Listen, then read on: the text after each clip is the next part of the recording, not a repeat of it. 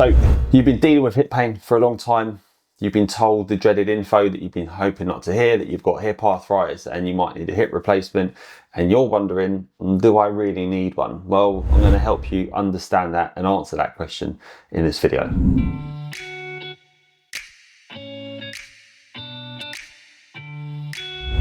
Now guys, anyone that's watched my videos before will know I'm a huge advocate when it comes to hip replacements. I think they're a great tool at enabling people to get a better quality of life. But I need to really reinforce this point.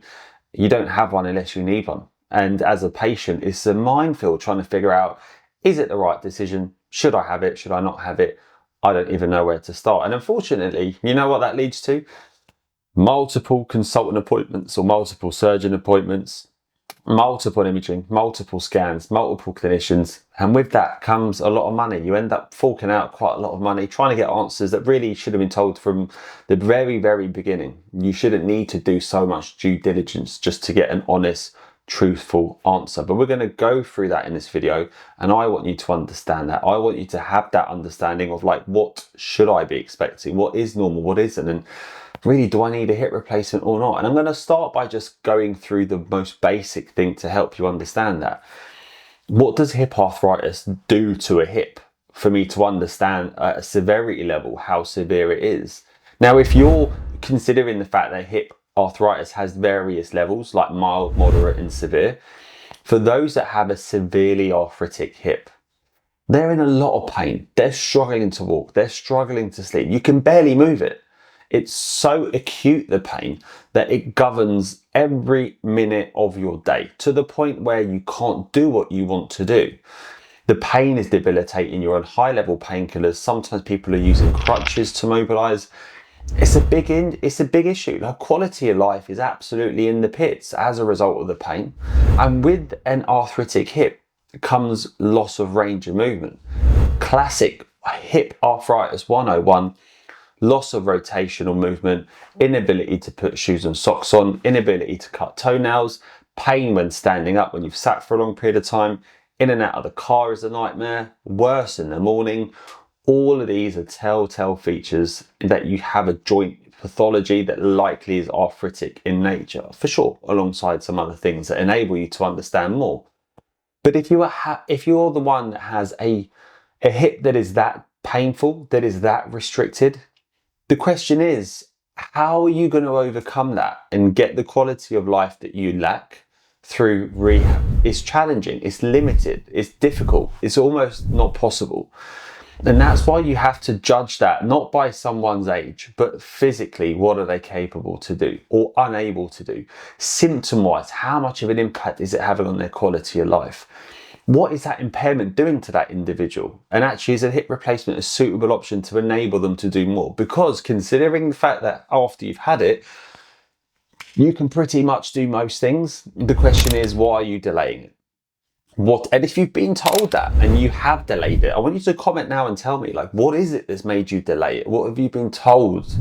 And that's the problem. Now, let's say, for example, you're not in that severe spectrum. You're not a severely arthritic hip, bone on bone, whatever you want to call it, whatever it's being referred to. And maybe you have more moderate features. So you could be someone, for example, that still has a fair amount of pain, right? Maybe on the x-ray, the arthritis doesn't look as bad as that first example, but the patient is still in pain, but they can still do some things physically. They can still go for a walk and still do some activity and exercise, but it's very limited. And equally, the pain that they experience afterwards is evident. Now, alongside that, you have the loss of range, you have the loss of function and the stiffening of the hip, as we had with example 1, possibly obviously at a slightly lesser level, but albeit still there. So you have a stiff joint, a painful joint, and a restricted one. And your quality of life is still impaired. Now, the caveat with this is, if you're, even in that situation, I'd say, if your decisions socially are governed by your hip pain, that's a problem. That's a problem. If you're sitting there thinking, gosh, I've been asked to go out for dinner, but I don't know because of the stairs and the height and the walking, I'll probably say no.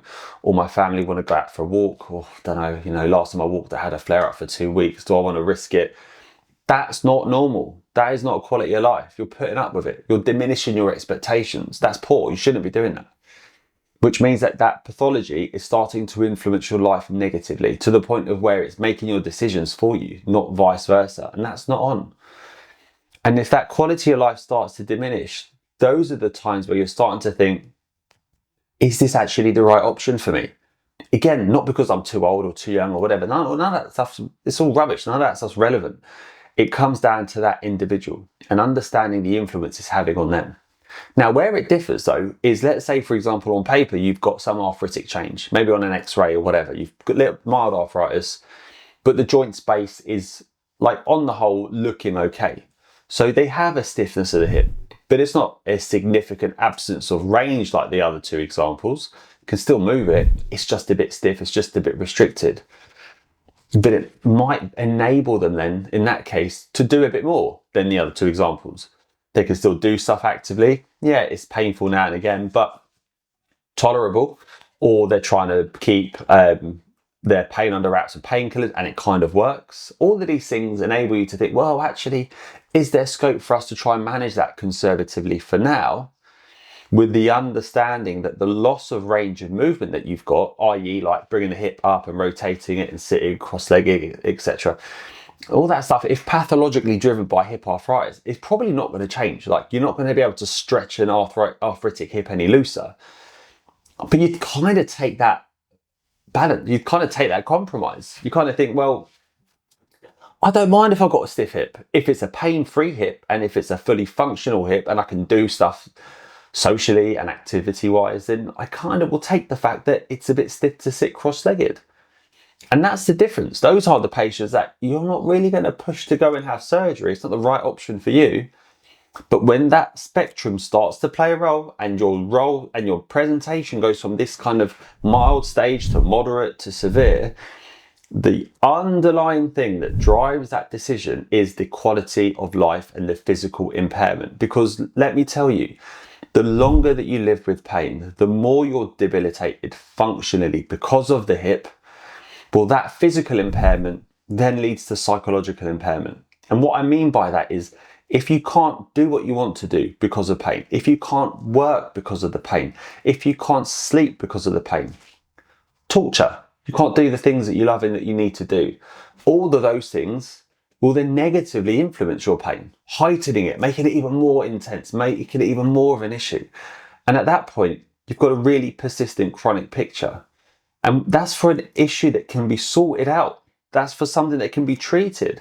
And that's why if you're having advice and looking to get things sorted, and you're trying to decide, well, am I possibly someone that needs to have a hip replacement? Also consider the fact that there will be delays. National Health System, if you wait and then go and look into it, you probably will wait another year.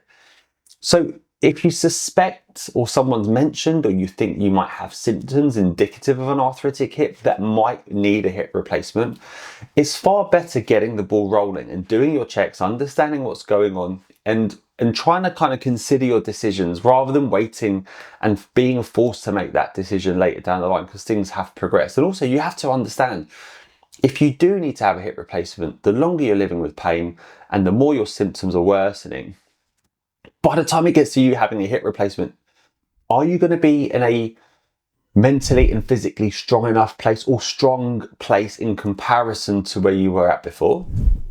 But what I don't mean is just as soon as you have a little bit of hip pain, go and jump to have a hip replacement. That's not what I mean. And hopefully the understanding from the video is coming across. But if you're trying to figure out, am I that kind of person? One of the things that we often use in the UK is something called an Oxford hip score. And an Oxford hip score kind of takes that subjective anecdotal perspective out of the equation because this is a standardized outcome measure.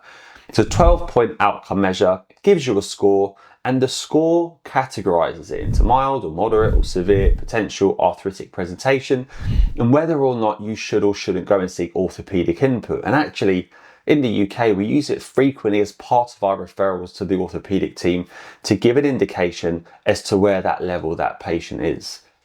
Now, the reason that it takes out that subjective, or I should say the anecdotal component to it, is because those questions are ratified, standardized questions as part of this outcome measure. that tells us, and we use it because we understand that this enables us to know who the better surgical candidate is. So for example, if I did it and I had no hip pain, it would kind of show that I've got no hip pain, so I'm not a surgical candidate, and vice versa. But those questions are all about function, pain, and all the things that impact people's quality of life. That's how important it is. That's how paramount it is. But these things get overlooked, and that's the biggest issue with this stuff. Now, the last thing I want you to do is watch this video and think, right, God, all right, well, Mehmet's a hip specialist. He's been doing it his whole life. He knows what he's talking about. I'm just going to go and have a hip replacement. That's not what I mean. But you have to have the right thing at the right time for the right person. Otherwise, you go around in circles. And the thing I'm most passionate about when it comes to helping people with hip pain is really understanding and respecting the overlap between physical impairment, like an arthritic hip that you've seen on an X-ray that has a reduction in joint space that is stiff and restricted, in comparison, and the interlinking relationship between the brain and psychology, because all of these things have a role to play before, during, and after surgery. And if any of that resonates with you, if you're sitting there thinking, this kind of makes sense, this is kind of reminding me almost of my own hip, then comment, let us know. I want this page and channel to be somewhere that people learn from, and also learn from one another.